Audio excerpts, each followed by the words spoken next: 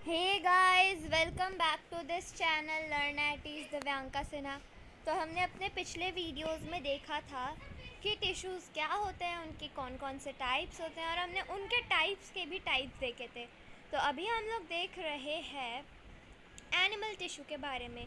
तो हमने animal tissue के 4 टाइप्स देखे थे। एक तो हमारा एपिथेलियल टिश्यू था, एक मस्कुलर टिश्यू था, एक कनेक्टिव टिश्यू था, और लास्ट वन था नर्वस टिश्यू। तो हमने अपना एपिथेलियल टिश्यू तक कर लिया था, हमने उसके भी 4 पार्ट्स देखे थे। तो आज हम करने जा रहे हैं मस्कुलर टिश्यू से स्टार्ट। तो ये वीडियो इसका पार्ट 3 है। अगर आपने इसके पहले के पार्ट्स नहीं देखे हैं तो आप मेरे चैनल पर विज़िट करके देख सकते हैं। मेरे चैनल को सब्सक्राइब कीजिएगा, बेल आइकन को प्रेस कीजिएगा ताकि आपको सारे न्यू नोटिफिकेशंस मिलते रहे। इस वीडियो को लाइक कीजिएगा और ज़्यादा से ज़्यादा लोगों के बीच शेयर कीजिएगा। तो देखते हैं क्या होते हैं muscular tissue. Muscular tissue connective tissue helps in the movement of body. तो ये कनेक्टिव टिश्यूज़ के टाइप होते हैं जो कि मूवमेंट में हेल्प करते हैं बॉडी की। It consist of elongated cells called muscle fibres. तो इसमें एलोंगेटेड सेल्स होती हैं जिसको हम मसल फाइबर्स कहते हैं। It contains a protein called contractile protein. तो इसके अंदर एक कॉन्ट्राटाइल प्रोटीन होती है, कॉन्ट्रैक्टाइल प्रोटीन जिसको हम कहते हैं, इसके अंदर प्रेजेंट होती है, ठीक है। Which contracts and relaxes and helps in the movement. तो जो कि कॉन्ट्रैक्ट करता है और रिलैक्स करता है और मूवमेंट में हेल्प करता है। Muscles which can move under our will are called voluntary muscles. तो जो मसल्स हमारे अंडर में, मतलब हम जब चाहे तब मूव करें, हम उनको वॉलेंट्री मसल्स कहते हैं। Muscles which do not move under our will are called involuntary muscles. तो जो हमारे विल के साथ नहीं मूव करते हम उसको इनवॉलेंट्री मसल्स कहते हैं। आप अपने हाथ की मसल ही देखो, आप जब चाहते हो हाथ को हिलाना तभी आपके हाथ की मसल हिलती है ना। तो ये करेक्ट है, ये है एक वॉलेंट्री मसल का एग्जांपल। लेकिन अगर आप हार्ट का या फिर डाइजेस्टिव सिस्टम का मसल देखो, तो अगर आप चाहोगे कि खाना पचे ही ना, आपने खा लिया लेकिन पचे ना, तो ऐसा होता है क्या? नहीं होता ना, वो पचता ही है। अगर आप चाहो कि आपके हार्ट बीट अभी चले और कुछ देर बाद रुके, फिर कुछ देर बाद चले, फिर कुछ देर बाद रुके, तो क्या कभी ऐसा होता है? नहीं होता ना। अगर ऐसा होगा, रुक के चलने लगेगी तो अब तक तो आप ऊपर ही पहुंच जाओगे। तो अब हम देखते हैं स्ट्रिएटेड मसल्स क्या होते हैं। Are voluntary muscles having light and dark striations. तो ये वॉलेंट्री मसल्स होते हैं, मतलब ये हमारे अंडर में होते हैं और ये लाइट और डार्क स्ट्रिएशन से बने हुए होते हैं। They the cells are long cylindrical and are multi nucleated. तो ये लॉन्ग होते हैं, सिलेंड्रिकल होते हैं और मल्टी न्यूक्लिएटेड होते हैं।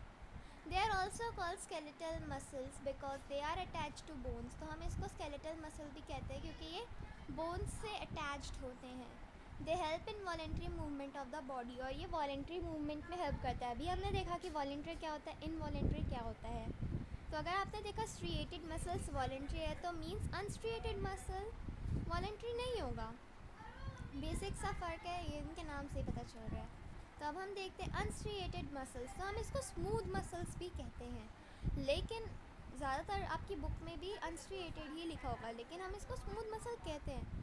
लेकिन इसका जो जनरल नेम है वो अनस्ट्रिएटेड मसल ही है। तो एग्ज़ाम में आप स्मूथ मसल की जगह अनस्ट्रिएटेड मसल्स ही लिखेंगे। Are voluntary involuntary muscles having no striations. तो ये इनवॉलेंट्री मसल्स होते हैं और इनमें कोई स्ट्रिएशंस ही नहीं होती हैं। The cells are long and spindle shaped and are uninucleated. तो ये यूनिन्यूक्लिएटेड होते हैं, मतलब इनमें एक ही सेल का एक ही न्यूक्लियस होता है। लॉन्ग होते हैं, ये स्पिंडल शेप्ड होते हैं, ठीक है। They are present in alimentary canal, blood vessels, bronchi of lungs, iris of eye. They help in involuntary movements. तो ये एलिमेंट्री कैनल में आपके प्रेजेंट होते हैं, ब्लड वेसल्स में होते हैं, ब्रोंकाई ऑफ लंग्स में प्रेजेंट होते हैं। लंग्स में ब्रोंकाई होता है ना, जब आपको ब्रोंकाइटिस होता है तो उसका आपको अस्थमा के चांसेस होते हैं, तो वहाँ पे भी ये प्रेजेंट होता है। इरिस में आई कि इरिस में आपने पिछले साल आई का डायग्राम देखा था, आपको पता है ना इरिस कहाँ होता है। एलिमेंट्री कैनल भी आपने बहुत बार देखा है कि कहाँ होता है। ब्लड वेसल्स तो आपको पता है पूरी बॉडी में होता है। तो आप मुझे अभी कमेंट सेक्शन में बताओ कि एलिमेंट्री कैनल और ब्रोंकाई ऑफ लंग्स और इरिस ऑफ आई कहाँ लोकेट होते हैं। और ये इनवॉलेंट्री मूवमेंट्स में हेल्प करते हैं, मीन्स ये हमारे कंट्रोल में नहीं होते। अब हम देखते हैं कार्डियक मसल्स। तो ये कार्डियक मसल्स तो आपको नाम से ही पता चल गया है, हार्ट में होते हैं। और क्या हार्ट के मूवमेंट आप खुद कंट्रोल कर सकते हो? नहीं ना, तो मीन्स ये भी इनवॉलेंट्री मसल्स हैं। Are involuntary muscles having faint striations, तो इसके अंदर फेन स्ट्राइएशंस होते हैं। The cells are long cylindrical branched and multi nucleated, तो इसमें बहुत सारे न्यूक्लियस होते हैं और ये सिलेंड्रिकल होता है, लॉन्ग होता है और ब्रांच्ड होता है। They are present in the heart and helps in the contraction and relaxation of the heart, तो ये हार्ट में प्रेजेंट होता है और उसकी कॉन्ट्रैक्शन और रिलैक्सेशन में हेल्प करता है। तो देखो आपको कार्डियक मसल ऐसे ब्रांच दिख रहे होंगे ना, एक ही मसल से दो कनेक्टेड हो रहे हैं। मेरे को मैं दिखाती हूँ, देखो कनेक्ट हो रहे हैं ना, ऐसे कहीं दिख रहा है ये ब्रांच सेल है, स्केलेटल मसल और ये स्मूथ मसल, ठीक है, ये स्ट्रिएटेड और ये अनस्ट्रिएटेड। आप इनके पार्ट्स देख सकते हो कि कैसे न्यूक्लियस डिवाइडेड है। अब हम देखते हैं कनेक्टिव टिश्यू, जिसके हमने बहुत सारे पार्ट्स देखे थे। तो कनेक्टिव टिश्यू क्या होते हैं? Connective tissue connects and joints the different parts of the body together, तो ये कनेक्ट करते हैं और अलग अलग पॉइंट्स जॉइंट्स जो होते हैं ना बॉडी के पॉइंट्स वगैरह, इन सबको कनेक्ट करके जॉइन करके रखते हैं, ठीक है। डिफरेंट पार्ट्स होती है ना बॉडी की।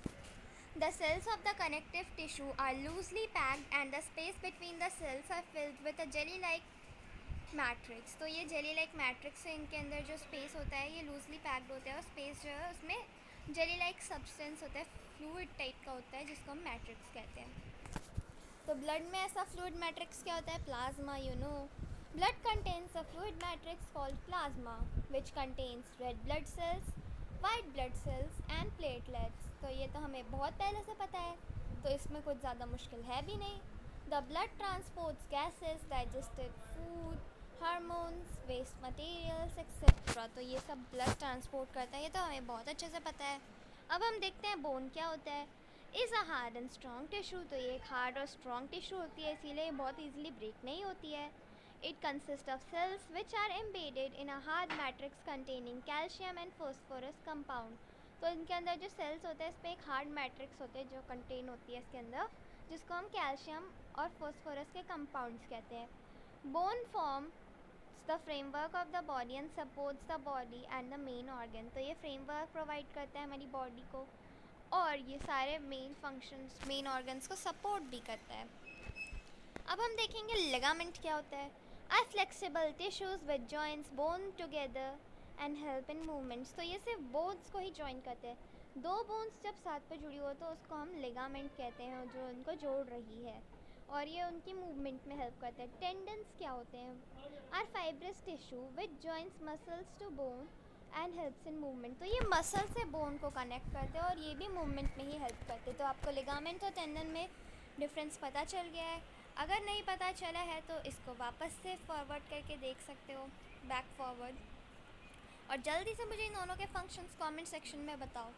अब हम देखते हैं एरियोलार टिश्यूज़ क्या होते हैं। फिल्स द स्पेस बिटवीन से skin and muscles inside the organs around the blood vessel etc. It helps to repair the tissue, तो ये जो स्पेसेस होते हैं ना स्किन और मसल के बीच या फिर ऑर्गन्स के इनसाइड या फिर ब्लड वेसल्स के आसपास, इन सब पे ना फिल करते हैं इन स्पेसेस को और रिपेयर करने में मदद करते हैं टिश्यूज़ के।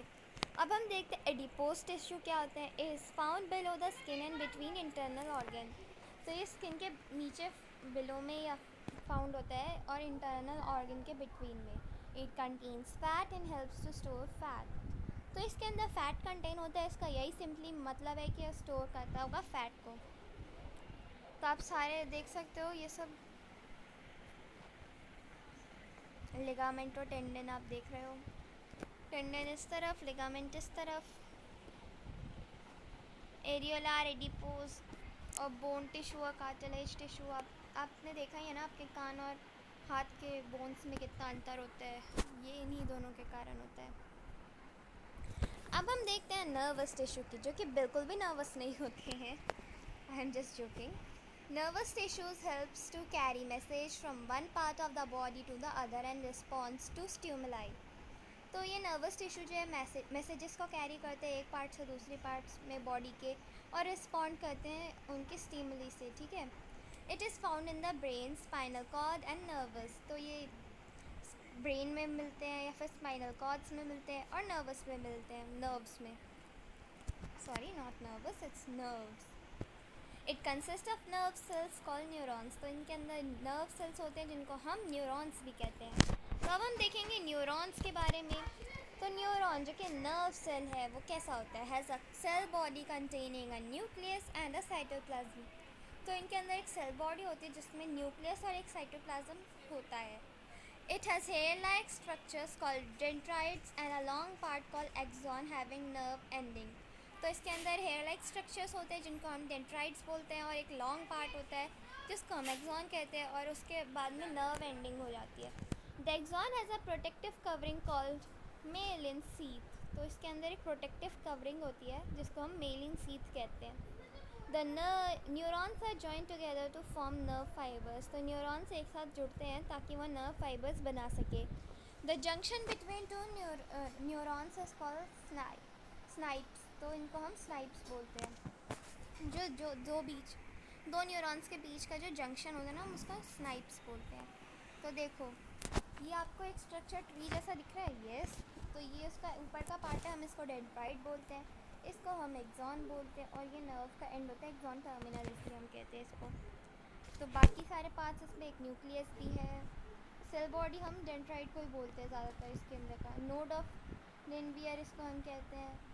स्वान सेल कहते हैं हम जो इन एक्सॉन्स के बीच पे होते हैं। माइलिन सीथ कहते हैं, हमने इसको देख ही लिया है। और एक्सॉन यहाँ से शुरू होता है, और एक्सॉन टर्मिनल आप देख सकते हैं एट द एंड होता है जहाँ से दूसरे नर्व सेल को ऐसे हमने कनेक्ट कर रखा होता है, ठीक है।